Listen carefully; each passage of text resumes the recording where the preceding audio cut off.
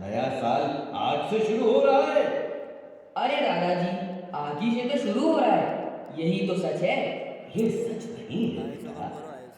ये जो नया साल आज पूरी दुनिया में मनाया जाता है, हमारा नया वर्ष उससे भी पुराना है। अंग्रेजी कैलेंडर तो भारतीय कैलेंडर के 57 वर्ष बाद बना है। तो हम लोग अपना नया साल क्यों नहीं मनाते? मनाते तो हैं, लेकिन इस तरह के शोर शराबे से नहीं।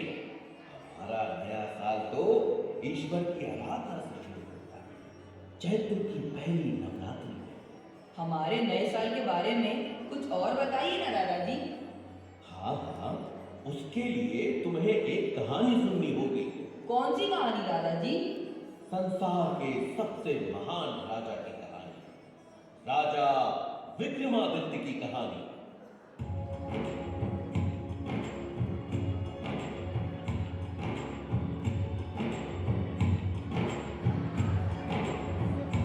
भारत भूमि में मालवा देश के राजा थे गंधर्व से, शिव की कृपा से बालक उनके जन्मा विक्रम से। राजा रानी प्रजा सुखी थे उस युवराज को पाकर, पता नहीं था शकों का राजा बैठा हाथ लगाकर। खुशी के इस शुभ अवसर पर उसने कहा पानी फेरा, छुप छुप कर हर तरफ से उसने उज्जैनी को घेरा।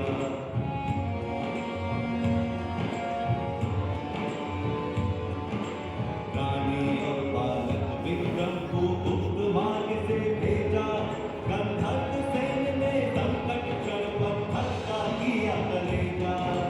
जब राजा ने बाण और गंधर्व सैन्य का धारा, जोर से जीत गए ये मातृभूमि का धावा।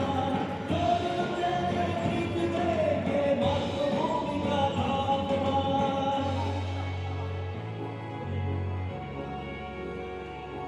गंधर्व सैन्य ने मातृभूमि की फिर सौगंध उठाई, गंधर्व सैन्य ने मातृभूमि की फिर सौगंध उठाई। लड़ेगा विक्रम सैन्य एक दिन इस मिट्टी की लड़ाई, लड़ेगा विक्रम सैन्य एक दिन इस मिट्टी की लड़ाई, लड़ेगा विक्रम सैन्य एक दिन इस मिट्टी की लड़ाई। अरे अरे, रो क्यों रहे हो बेटा? दादाजी, मुझे ये कहानी अच्छी नहीं लगी। क्यों? क्योंकि इसमें नापान धोखे से जीत गया। जीतना गंधर्व सेन को चाहिए था, लेकिन वो तो लड़ाई छोड़कर चले गए। गंधर्व से गए क्योंकि उन्हें अपने सैनिकों और जनता की रक्षा करनी थी। उस समय शब्द इतने ताकतवर थे कि उनसे जीतना बहुत मुश्किल था बेटा। और जितने दिन लड़ाई चलती, उतना ही राज्य का नुकसान होता। इसलिए उस वक्त उन्हें लड़ाई बीच में छोड़नी पड़ी। पर विक्रम सेन के पापा तो हार गए ना। हाँ, ये तो बुरा हुआ, लेकिन अंत भला तो सब भला। कहानी के अंत में तो विक्रम ही जीतेगा। मैं जीतूंगा। हम्म।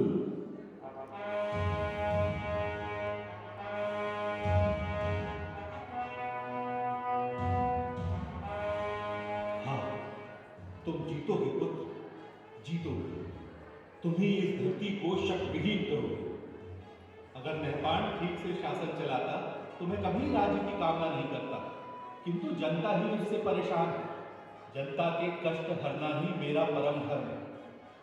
माँ, जब तक भारत भूमि को शकों से मुक्त न करा दूं, तब तक अन्न का एक दाना भी ग्रहण नहीं करूंगा। बेटा, तेरे विचार ठीक हैं, परंतु अन्न त्याग का हट ठीक नहीं। हाँ युवराज, रानी जी ठीक कह रही है। आपकी तरह मैं भी बेचैन हूं अपनी मातृभूमि की मुक्ति के लिए। 20 वर्ष की प्रतीक्षा कम नहीं होती। इन 20 वर्षों में जनता ने बड़े कष्ट सहे। मालवा के महाराज और महारानी को छुप छुप कर वनों में रहना पड़ा। हम सब आपके बड़े होने की प्रतीक्षा कर रहे थे। हे मालवा नरेश, हम सबको आपके आदेश की प्रतीक्षा है। मालवा के नरेश तो स्वयं महाकाल है।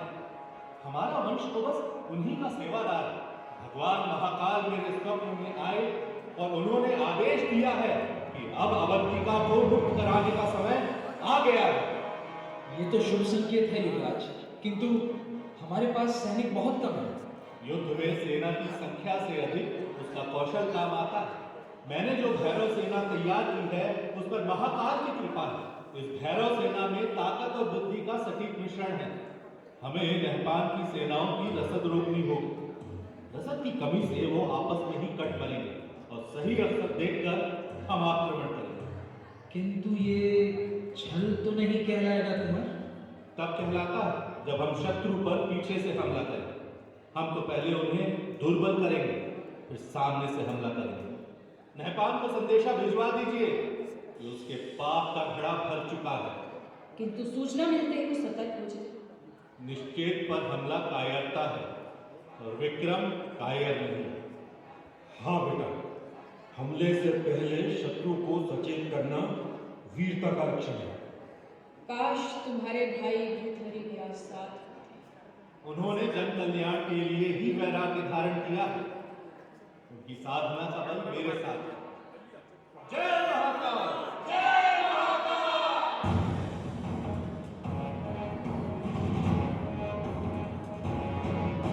फिर मातृभूमि के सम्मान में विक्रम ने नहपान से घमासान युद्ध लड़ा और मालवा भूमि को शक वंश से मुक्ति दिलाई।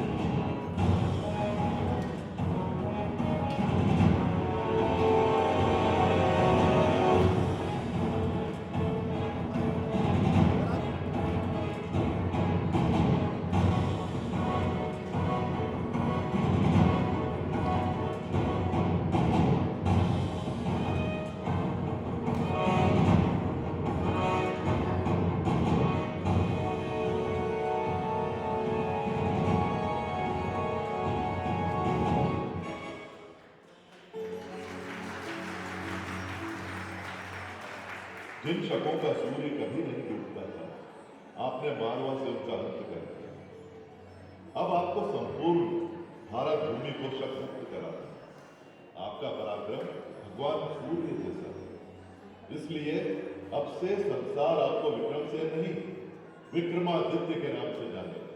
महाराज विक्रमादित्य की जय हो!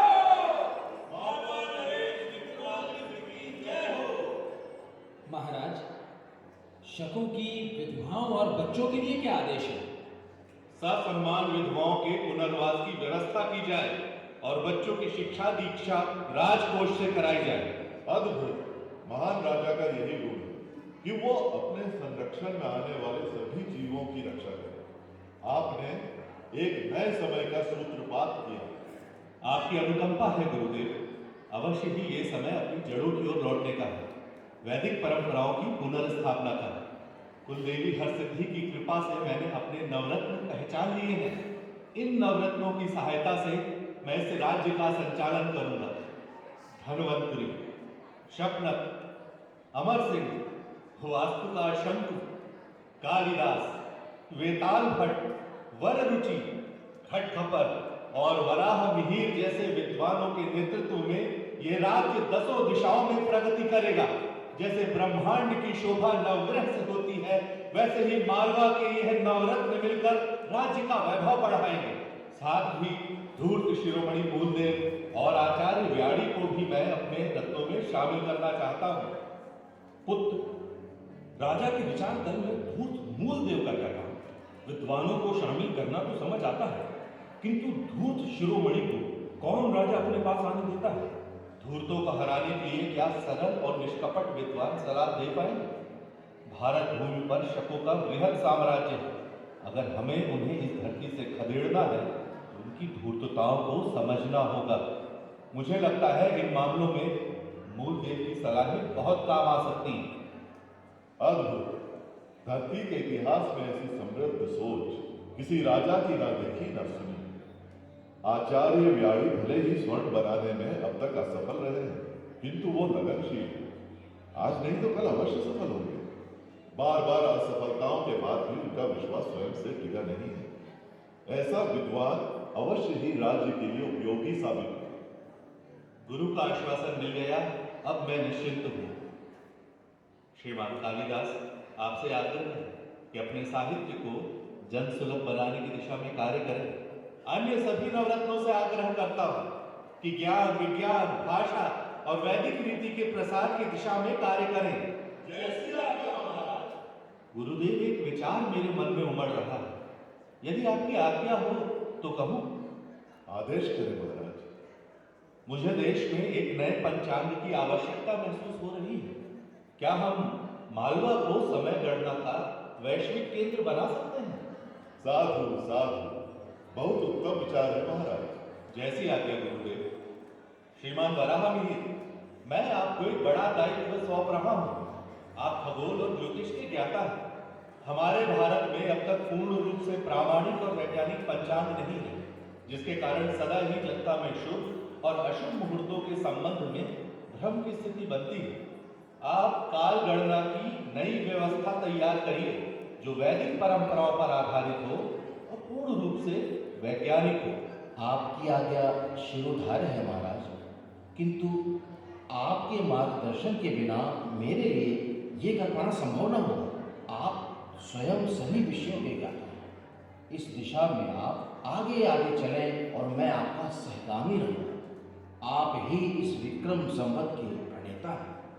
विक्रम संवत, विक्रम संवत, विक्रम संवत। जैसी सभासदों की इच्छा। आज चैत्र नवरात्रि का पहला दिन है।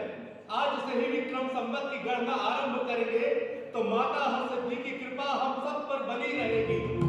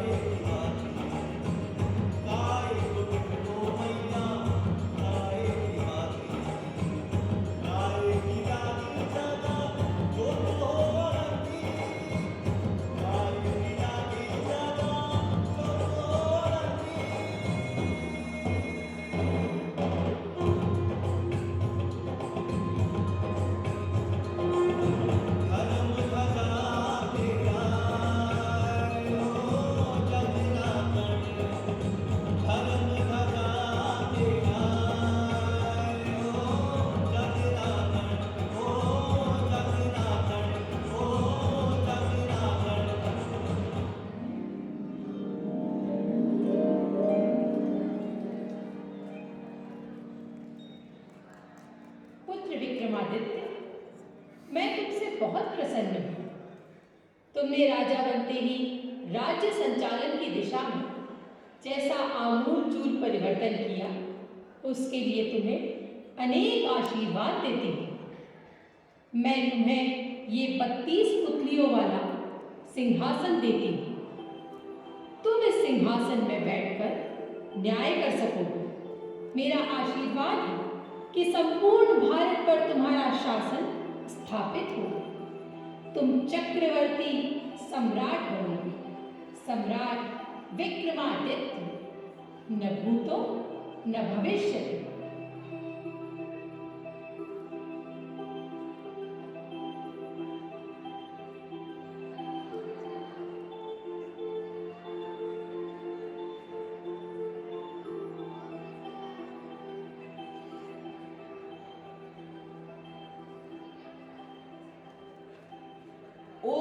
तो आपने इसीलिए मेरा नाम विक्रम रखा था, ताकि मैं भी उनकी तरह महान बन सकूं।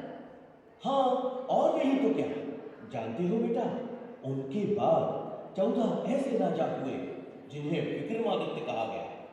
विक्रमादित्य की प्रसिद्धि के बाद उन महान राजाओं को विक्रमादित्य की उपाधि दी जाने लगी। क्या पता कल को तुम भी विक्रमादित्य कहलाओ। उनकी महानता की और कहानियां बताइए ना दादाजी। हाँ हाँ, क्यों नहीं। उनकी महानता पर जितना कहो उतना ही कम है बेटा। उनका शासन सिर्फ भारत में नहीं, आज के अरब, ईरान, इराक और मिस्र तक फैला हुआ था। और उन्होंने कश्मीर की राजा की मृत्यु के बाद संकट में पड़े राज्य में सुशासन स्थापित किया। जानते हो बेटा, उन्होंने गांधार प्रांतों को शिक्षित करने के लिए वहां भी वेधशालाएं बनवाई। उनके सद्गुणों की चर्चा अनेक भाषाओं के ग्रंथों में मिलती है। उनकी अरब विजय का वर्णन अरबी कवि जरहाम किंतोई ने शायर उल उकुल में किया है। इस्तांबुल की प्रसिद्ध लाइब्रेरी मकतब सुल्तानिया में ये किताब है जिसमें एक शिलालेख का जिक्र मिलता है। हाँ, ये रहा। बेटा, जरा उसका ये अंश तो पढ़ो।